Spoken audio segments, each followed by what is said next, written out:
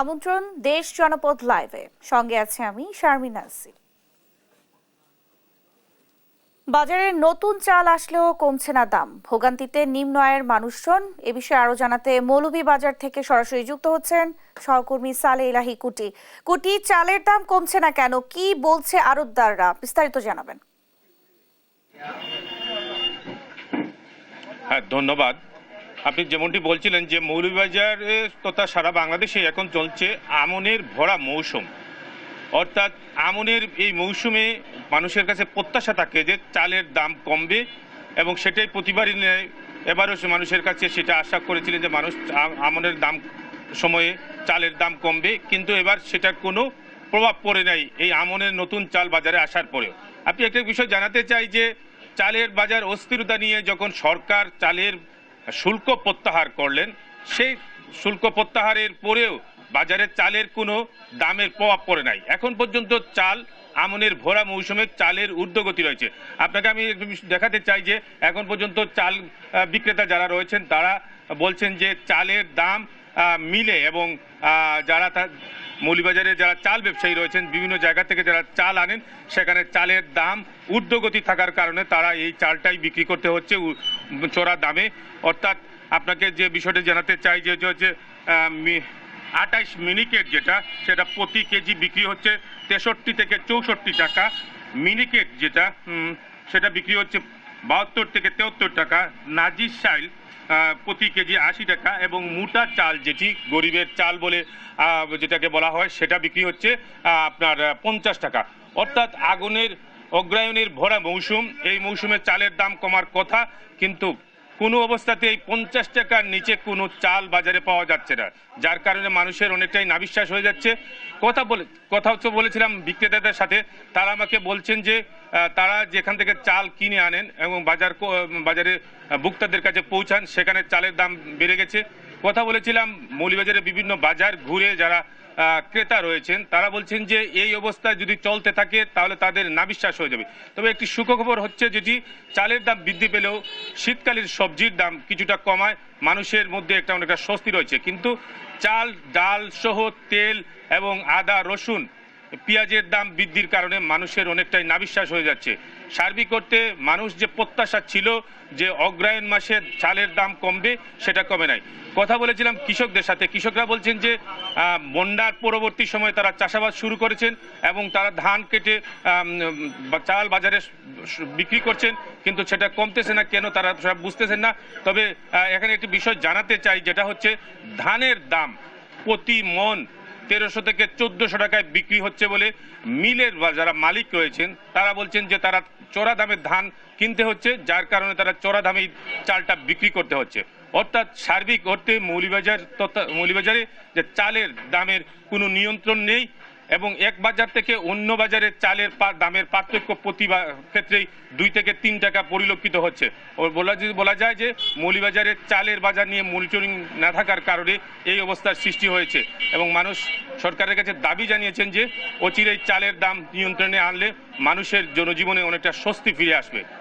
এই ছিল মৌলভীবাজারের চাল নিয়ে সর্বশেষ খবর। কুটি, আপনাকে ধন্যবাদ। দর্শক, মৌলভীবাজার থেকে আমাদের সঙ্গে যুক্ত হয়েছিলেন সহকর্মী সালে ইলাহি কুটি। ছুটির দিনে বাজার পরিস্থিতি জানাতে রাজধানীর কারওয়ান বাজার থেকে সরাসরি যুক্ত হচ্ছেন সহকর্মী আলিমুজ্জামান সাফওয়ান। বাজারে এসে কি বলছেন ক্রেতারা, আর সয়াবিনের সংকট কি চোখে পড়ছে কিনা আপনার, বিস্তারিত জানাবেন।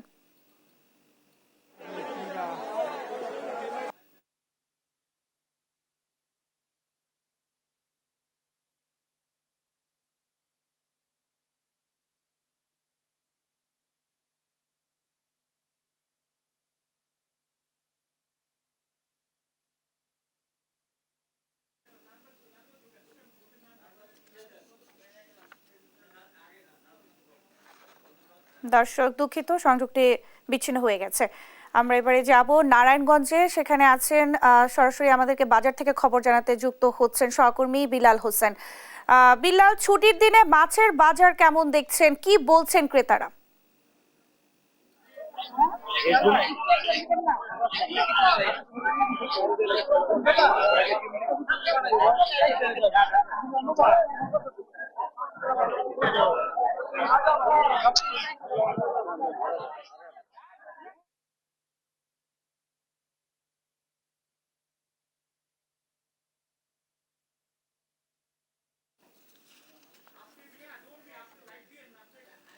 দর্শক, আমরা অপেক্ষা করছি সংযুক্তি পাবার জন্য।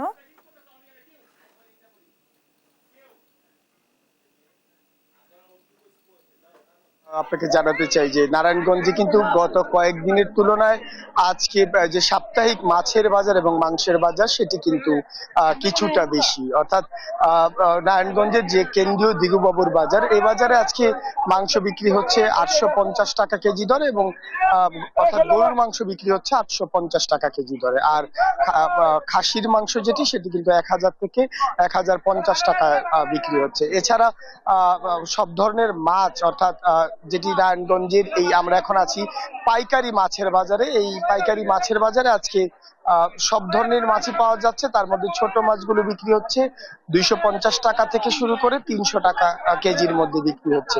এছাড়া বিভিন্ন প্রকারভেদে কিন্তু মাছের দাম রয়েছে। এখানে আজকে রুই মাছ 230 টাকা থেকে শুরু করে 480 টাকার মধ্যে পাওয়া যাচ্ছে। কাতলা পাওয়া যাচ্ছে 180 টাকা থেকে শুরু করে 370 টাকা কেজির মধ্যে পাওয়া যাচ্ছে। এছাড়া চিংড়ি মাছ পাওয়া যাচ্ছে, যেটি ছোট চিংড়ি অর্থাৎ দেশীয় চিংড়ি, সেটি 350 টাকা কেজি থেকে শুরু করে বড় বড় যে চিংড়িগুলো রয়েছে সেই চিংড়িগুলো কিন্তু আজকে বিক্রি হচ্ছে 1500 টাকা কেজি পর্যন্ত বিক্রি হচ্ছে। এছাড়া পাঙ্গাস মাছ বিক্রি হচ্ছে 160 থেকে 150 টাকা কেজির মধ্যে বিক্রি হচ্ছে। আর ইলিশ মাছ, যেটি আসলে আজকেও কিন্তু বাজারে বেশ চাহিদা রয়েছে, এই মাছের দাম কিন্তু আজকে 850 টাকা থেকে শুরু করে, অর্থাৎ যেটি সবচেয়ে ছোট ইলিশ সেটি কিন্তু বিক্রি হচ্ছে 2200 টাকা কেজি পর্যন্ত বিক্রি হচ্ছে। এই মাছের দামই মূলত বাজার একটু সবচেয়ে চড়া। তো এখন কিন্তু পাইকার যারা আছেন তাদের এখনো আছে এবং ক্রেতাদের ভিড় কিন্তু আজকে বাজারে অনেক, অর্থাৎ সাপ্তাহিক ছুটির দিন হওয়ার কারণে বিপুল সংখ্যক ক্রেতা কিন্তু আজকে এই মাছের বাজারে রয়েছে। আমরা একজন সঙ্গে কথা বলবো, জানবো যে মাছের দাম আপনাদের কাছে এখন কেমন মনে হচ্ছে। কি মাছ কিনেছেন? ইলিশ মাছ কিনছি, পাঙ্গাস কিনছি, শিং মাছ কিনছি, সুরমা মাছ কিনছি। মাছের দাম কেমন আচ্ছা, মোটামুটি ভালো আছে। এখন কিন্তু আসলে ক্রেতাদের এই সময়টাতে মাছের দাম কিছুটা কম হওয়ার কারণে ক্রেতাদের মধ্যে কিছুটা স্বস্তি রয়েছে। তো আমরা আরেকজন ক্রেতার কাছ থেকে জানবো কি মাছ কিনেছেন, মাছের দাম কেমন? নলা মাছ, মাছের দাম কম হয়, ভালো, বাজার কমতে। ঠিক, ক্রেতাদের মধ্যে কিন্তু এখন অনেকটা স্বস্তি রয়েছে, অর্থাৎ মাছের দাম কিছুটা কম হওয়ার কারণে ক্রেতাদের স্বস্তি রয়েছে। তবে অনেক ক্রেতা আবার জানিয়েছেন যে অন্যান্য দিনের তুলনায় আজকে যে সাপ্তাহিক ছুটির দিন সেই দিন হওয়ার কারণে মাছের দাম কিন্তু অনেকটাই বেশি। তবে মাংসের দাম নারায়ণগঞ্জের বাজারে সেটি কিন্তু অপরিবর্তিত। একই সঙ্গে যে মুরগি রয়েছে নারায়ণগঞ্জের বাজারগুলোতে সেই দামও কিন্তু আজকে কিন্তু অনেকটাই ঠিক আগের দরেই বিক্রি হচ্ছে। এই দুটি জায়গাতে কিন্তু আসলে কোনো ধরনের কমতি নেই। তবে যেটি আসলে সবচেয়ে গুরুত্বপূর্ণ বিষয় যে নারায়ণগঞ্জ একটি শিল্প নগরী, এই অঞ্চলে আসলে মধ্য নিম্নবিত্ত আয়ের মানুষের সংখ্যা অনেক বেশি। তো এই মাছের দাম এবং এই মাংসের দাম আসলে যদি কিছুটা আরো একটু কমে আসে সেই ক্ষেত্রে হয়তো তাদের জন্য স্বস্তি মিলবে, এমনটা কিন্তু অনেকেই জানিয়েছেন।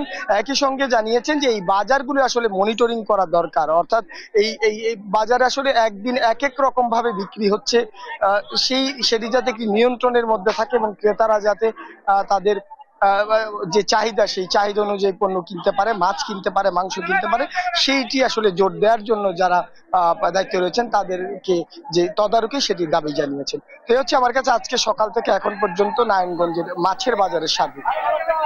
বিলাল, আপনাকে ধন্যবাদ। দর্শক, নারায়ণগঞ্জ থেকে আমাদের সঙ্গে যুক্ত হয়েছিলেন সহকর্মী বিলাল হোসেন। গাজীপুরের বাজারগুলোতে চালের দাম না কমলেও দাম কমেছে শীতকালীন শাকসবজির। স্থিতিশীল রয়েছে ডিম ও মাংসের দাম। এ বিষয়ে আরো জানাতে সরাসরি যুক্ত হচ্ছেন সহকর্মী নজরুল ইসলাম। নজরুল, জনমনে কি কিছুটা স্বস্তি ফিরেছে? বিস্তারিত জানাবেন। আপনি যে আপনি যেমনটা বলছিলেন, আপনি জানেন যে গাজীপুরের বাজারগুলোতে ইতিমধ্যেই কিন্তু শীতকালীন যে সবজি রয়েছে অর্থাৎ আলু, সিম, কপি থেকে শুরু করে সব ধরনের পণ্যের দাম কিন্তু স্বাভাবিক পর্যায়ে রয়েছে এবং 10 থেকে 15 টাকা কিন্তু কম দরে বিক্রি হতে আজকের বাজারে আমরা ঘুরে যেটা দেখতে পেয়েছি, যেখানে কিন্তু স্বস্তি ফিরছে সাধারণ মানুষের মধ্যে। এখানে যে সাধারণ নিম্ন আয়ের যে মানুষ রয়েছেন তারা কিন্তু এতদিন যে বাজারের যে পরিস্থিতি ঊর্ধ্বমুখী ছিল সেই বাজার কিন্তু ধীরে ধীরে স্বাভাবিক হয়ে আসছে এবং আপনারা জানেন যে শীতকালীন যে সবজিগুলো রয়েছে সেই সবজিগুলো কিন্তু আমরা আজকে দেখতে পেয়েছি যে কপি এবং বিভিন্ন ধরনের সিম থেকে শুরু করে সব ধরনের পণ্যই কিন্তু ক্রেতাদের ক্রয় ক্ষমতার মধ্যে রয়েছে এবং গাজীপুরের বাজারগুলোতে কিন্তু আমরা এরকম চিত্রই দেখতে পেয়েছি। আপনারা জানেন যে ডিম এবং মাংসের বাজার কিন্তু আগের দামেই রয়েছে এবং ঊর্ধ্বমুখী রয়েছে মাছের দাম। সেই মাছ কিন্তু আপনার বেশি দামে বিক্রি হচ্ছে এবং তবে অস্বস্তি বিরাজ করছে চাউলের বাজারে। চাউলের বাজার কিন্তু সে গত সপ্তাহে যেরকম ছিল সেই রকমই আছে, কিন্তু বাড়েওনি এবং কিন্তু কমেওনি। সাধারণ ক্রেতারা কিন্তু বলছেন যে এখানে কিন্তু চাউলের যে বাজার রয়েছে সে বাজারে কিন্তু তারা অস্থিরতা বিরাজ করছে এবং এছাড়া কিন্তু আপনার সব ধরনের পণ্যই কিন্তু 2-1টি পণ্য ছাড়া কিন্তু সব ধরনের যে শীতকালীন যে সবজি রয়েছে সেটা কিন্তু 20 টাকার মতন করে 15 থেকে 20 টাকা কিন্তু কমেছে। আপনি জানেন যে এখানে কিন্তু অস্বস্তি বিরাজ করছে বাজারগুলোতে, এখানে মূল্য তালিকা নেই এবং অসুস্থ এবং রোগা গরুগুলো কিন্তু গাজীপুরের বাজারগুলোতে বিক্রি হচ্ছে এবং প্রশাসনের শক্ত মনিটরিং না থাকার ফলে কিন্তু বাজারগুলোতে আমরা দেখতে পেয়েছি যে অসুস্থ এবং রোগা গরু কিন্তু সাধারণ যে ক্রেতা রয়েছে তাদেরকে জবাই করে খাওয়াচ্ছেন এবং আজকে বাজারে কিন্তু গরুর যে গোশত রয়েছে সেটা কিন্তু আপনার 800 টাকা, 750 টাকা থেকে 800 টাকা দরে কিন্তু বিক্রি হচ্ছে। আপনারা জানেন যে গাজীপুরের সবচেয়ে বড় বাজার আমি যেখানটায় দাঁড়িয়ে রয়েছি সেই বাজারটি এখানে কিন্তু আমরা দেখতে পেয়েছি এবং অসুস্থ এবং রোগা গরু অর্থাৎ এখানে কিন্তু ডাক্তারি পরীক্ষা ছাড়াই কিন্তু গরু জবাই হচ্ছে এই বাজারগুলোতে। এখানে কিন্তু সেই অসুস্থ গরুর মাংসই কিন্তু রাতের আধারে এনে কিন্তু বিক্রি করছে এবং সবচেয়ে লক্ষণীয় বিষয় হলো যে গাজীপুরের প্রতিটি বাজারে এক এক দোকানে কিন্তু এক এক রকম দাম নিচ্ছেন। কোনো দোকানে 10 টাকা বেশি, কোনো দোকানে 10 টাকা কম, এইরকমটাই পেয়েছি। তো এক্ষেত্রে কিন্তু প্রশাসনকেই দায়ী করছেন সাধারণ যে ক্রেতা রয়েছেন তারা বলছেন যে শক্ত মনিটরিং না থাকার ফলে কিন্তু তারা যা পারছেন তাই নিচ্ছেন এবং বাজার কিন্তু অস্থির করে রেখেছেন তারা। তো আজকে যে মুরগির বাজার সেটা কিন্তু আমরা দেখতে পেয়েছি এক দোকানে বিক্রি করতেছেন 180 টাকা, আরেক দোকানে বিক্রি করতেছেন 170 টাকা। এইটার কিন্তু কোনো সঠিক কোনো কারণ বা ব্যাখ্যা ব্যাপারীরা দিতে পারেনি এবং আমরা দেখেছি যে এক এক দোকানে কিন্তু এক এক ধরনের দামে বিক্রি করছেন। তো সবকিছু মিলে কিন্তু মূল্য তালিকা না থাকার ফলে কিন্তু বাজারগুলোতে যে একটি অস্থিরতা সেটা কিন্তু বিরাজ করছে। তো গাজীপুরের আপনারা জানেন যে সর্ববৃহৎ এই আমি যেখানটা দাঁড়িয়ে রয়েছি এই বাজারটা কিন্তু আমরা ঘুরে ঘুরে সকাল থেকেই দেখেছি যে এখানে সবকিছু পণ্যই কিন্তু এক এক দোকানে এক এক রকম বিক্রি করতেছেন এবং সঠিক কোনো ব্যাখ্যা কিন্তু কেউ দিতে পারছে না। তবে ব্যবসায়ী যারা রয়েছেন তারা জানিয়েছেন যে প্রশাসনের শক্ত মনিটরিং না থাকার ফলে কিন্তু বাজারগুলোতে অস্থির অবস্থা বিরাজ করছে। তবে সাধারণ ক্রেতা যারা রয়েছেন তারা কিন্তু বলছেন যে বাজারে এবং শক্ত হাতে মনিটরিং ব্যবস্থাটা চালু করলে কিন্তু বাজার স্বাভাবিক হয়ে উঠবে এবং সিন্ডিকেটের কবলে পড়ে কিন্তু বাজার অস্থিরতা বিরাজ করছে, এরকমটাই জানিয়েছেন সাধারণ যে ক্রেতা রয়েছেন তারা। তো আমার কাছে নেন্সি এই ছিল গাজীপুর থেকে সর্বশেষে। নজরুল, আপনাকে ধন্যবাদ। দর্শক, গাজীপুর থেকে আমাদের সঙ্গে যুক্ত হয়েছিলেন সহকর্মী নজরুল ইসলাম।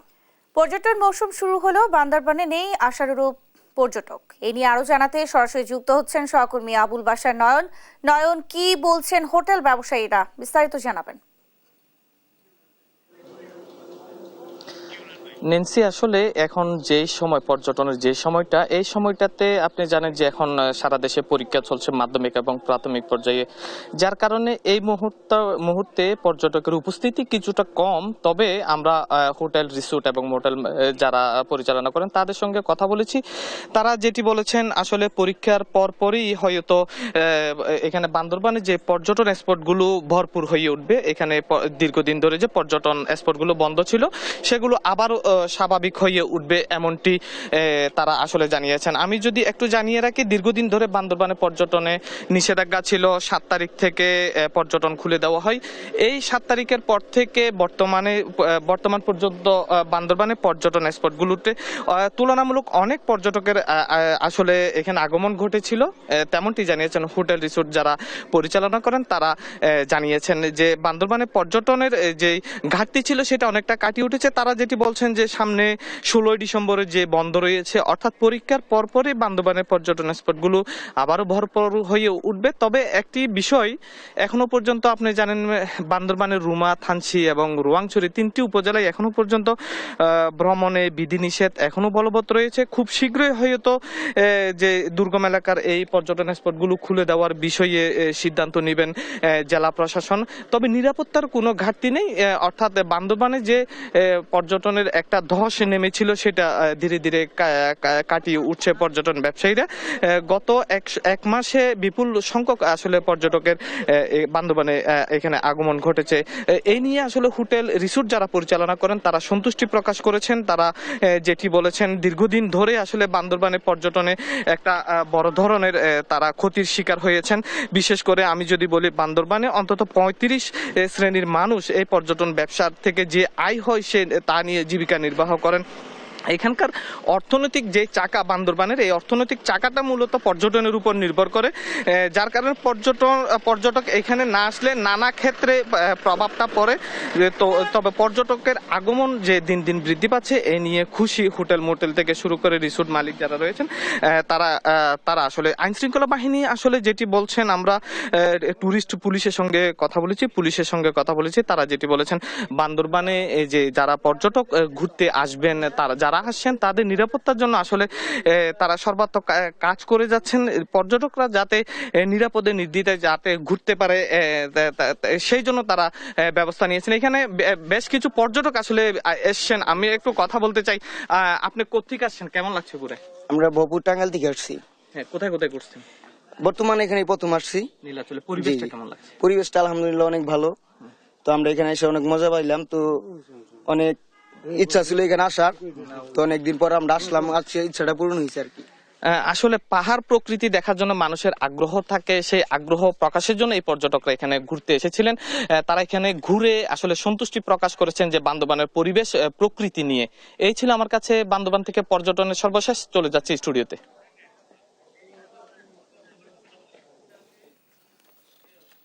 নয়ন, আপনাকে ধন্যবাদ। ফেনী মুক্ত দিবস আজ। এই দিনে পরাধীনতার শৃঙ্খল ভেঙে ফেনীতে উদিত হয়েছিল স্বাধীনতার প্রথম সূর্য। বিস্তারিত জানাতে সরাসরি যুক্ত হচ্ছেন সহকর্মী তোফায়েল আহমেদ নিলয়। বিজয় উদযাপনে ফেনীবাসী কি ধরনের কর্মসূচি রেখেছেন আমাদেরকে বিস্তারিত জানাবেন।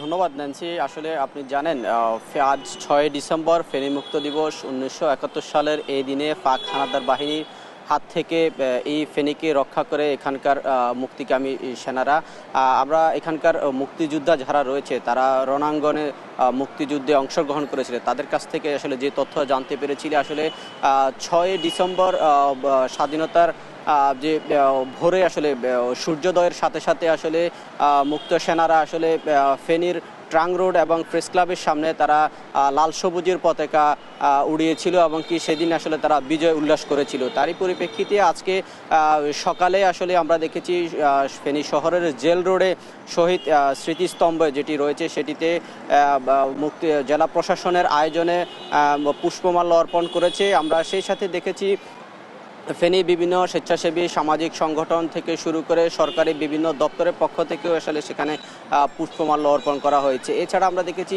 শহরের বিভিন্ন যে সকল স্বেচ্ছাসেবী এবং সামাজিক সংগঠনগুলো রয়েছে এবং শিক্ষা প্রতিষ্ঠানগুলো রয়েছে তারা আসলে শহরের বিভিন্ন জায়গায় আনন্দ র্যালি করেছে এবং কি বিজয় উল্লাস করছে। এছাড়া জেলা প্রশাসনের পক্ষ থেকে জেলা কনফারেন্স রুমে জেলা আসলে সভাকক্ষে সেখানে একটি আলোচনা সভার আয়োজন করা হয়েছে। সেখানে জেলা প্রশাসকের সভাপতিত্বে সেখানে জেলা উপজেলায় বিভিন্ন যে সকল মুক্তিযোদ্ধারা রয়েছে তারা সেখানে অংশগ্রহণ করেছে এবং তারা তাদের সেদিনকার যে স্মৃতি সেটি কিন্তু তারা সেখানে প্রচারণা করছে বলে আমাদেরকে জানিয়েছেন। তবে এখন সকাল থেকে প্রোগ্রামগুলো ধীরস্থির হতে দুপুর হওয়ার সাথে সাথে আসলে প্রোগ্রামগুলো কিছু কমলেও আসলে বিকেলবেলা আসলে আরও অনেকগুলো প্রোগ্রাম রয়েছে জেলা প্রশাসনের পক্ষ থেকে।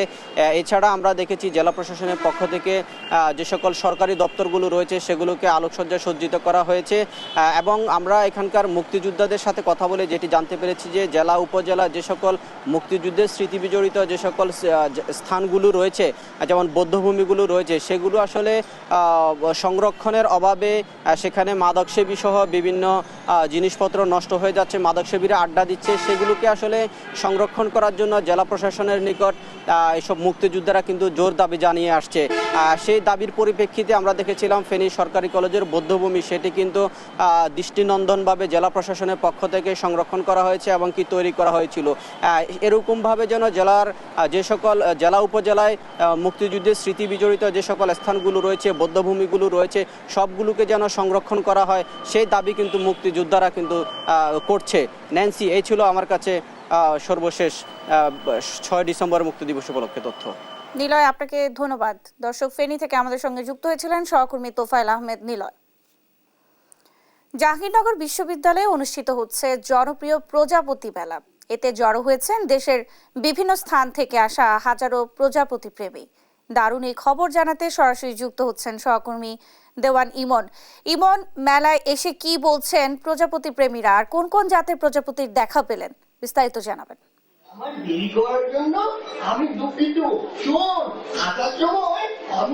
ন্যান্সি, আপনি যেমনটি বলছিলেন, আমি এই মুহূর্তে রয়েছি জাহাঙ্গীরনগর বিশ্ববিদ্যালয়ে। আপনি জানেন যে উড়লে আকাশে প্রজাপতি প্রকৃতি পায় নতুন গতি, এই স্লোগানে এবার 14তম আসর মেলার আসর বসেছে জাহাঙ্গীরনগর বিশ্ববিদ্যালয়ে। আপনাকে যদি আমি শুরুতে আমার পেছনে একটু দেখাই যে আমার পেছনে যারা প্রজাপতি প্রেমী রয়েছেন, নগরায়নের ফলে কিন্তু এখন আর তেমন প্রজাপতি দেখা মেলে না, তাই জাহাঙ্গীরনগর বিশ্ববিদ্যালয়ে যে মেলাটির আয়োজন করেছে সেই মেলায় সংগঠিত প্রজাপতি দেখতে কিন্তু সকাল থেকে এখানে প্রজাপতি প্রেমীরা এসেছেন। এখানে এসেছেন ছোট থেকে বৃদ্ধ নানা বয়সী মানুষ। তারা বলছেন যে প্রকৃতির যে একটি সৌন্দর্য পতঙ্গ যে প্রজাপতি রয়েছে সেটিকে তারা এখন আর দেখা যায় না, আগে যেমনটি তারা দেখতেন সেই জিনিসটিকে খুব মিস করছেন তারা। সেইটি থেকে কিন্তু তারা এই জাহাঙ্গীরনগরের প্রজাপতি মেলায় ছুটে আসেন। এখানে আমরা দেখেছি যে সকাল থেকে এই মেলাটি উপলক্ষে এখানে নানা ধরনের স্টল বসেছেন। এখানে বিশ্ববিদ্যালয়ের যারা আয়োজক ছিলেন তারা এখানে নানা ধরনের র্যালির আয়োজন করেছেন, শিশুদের জন্য চিত্রাঙ্গনের ব্যবস্থা করেছেন, ছবি আঁকা, উড়ানো, নানাভাবে সকলের মধ্যে একটাই মেসেজ দিচ্ছেন যে এই যে প্রজাপতি রয়েছে সেটিকে প্রকৃতিকে সংরক্ষণের জন্য সচেতনতা কিভাবে বৃদ্ধি করা যায় সেটি কিন্তু সকলকে আরো আগ্রহ করতে কিন্তু তাদের এই আয়োজন। এছাড়া যদি একটু বলি যে বিশ্ববিদ্যালয়ের যে আগের পরিবেশ ছিল এখানে ঝোপঝাড় এবং এখানকার যে অবকাঠামো উন্নয়নের ফলেও কিন্তু বিশ্ববিদ্যালয় কমতে শুরু করেছে প্রজাপতির সংখ্যা।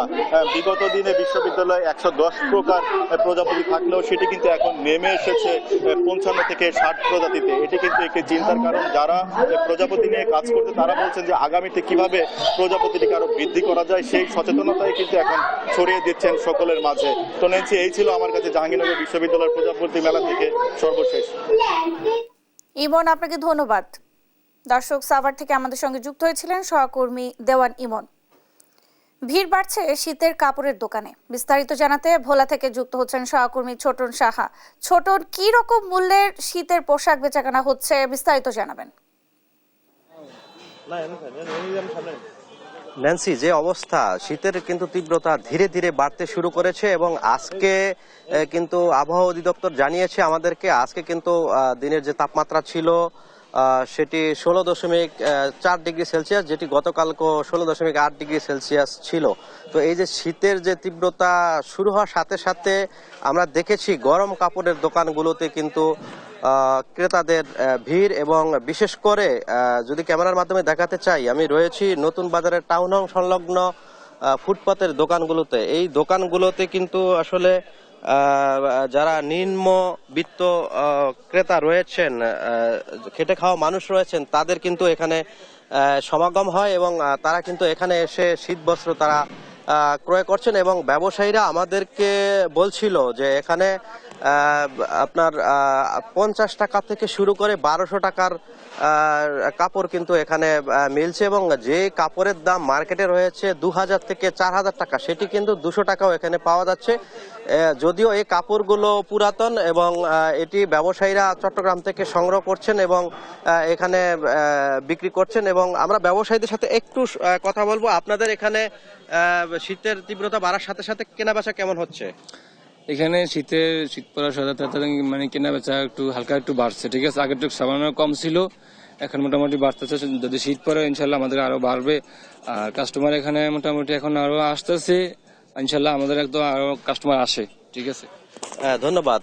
ন্যান্সি, যেমনটি শুনছিলেন, ব্যবসায়ীরা যে প্রত্যাশা করছেন তাদের যে কেনা বেচা সেটি হয়তো আরো সামনের দিনগুলোতে আরো বেড়ে যাবে। এবং আমরা উপকূলের যে ছিন্নমূল এলাকাগুলোতে ঘুরেছি এবং সেখানকার মানুষজন আমাদেরকে বলছিল যে আসলে তীব্র শীতের কারণে তাদের হচ্ছে অনেকেরই কিন্তু গরম কাপড় কেনার সামর্থ্য নেই।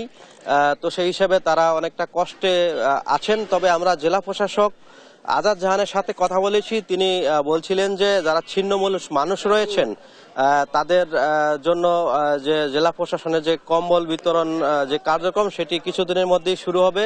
এই বরাদ্দটি এলেই তারা ছিন্নমূল মানুষের মাঝে কিন্তু কম্বল বিতরণ কার্যক্রম শুরু করবেন। এবং আবহাওয়া অফিস থেকে যে সর্বশেষ তথ্যটি জানিয়েছে, বলছিল যে তারা এ মাসের শেষের দিকে কিন্তু ঘন কুয়াশা এবং তীব্র শৈত্যপ্রবাহের একটি আশঙ্কার কথাও তারা জানিয়েছেন।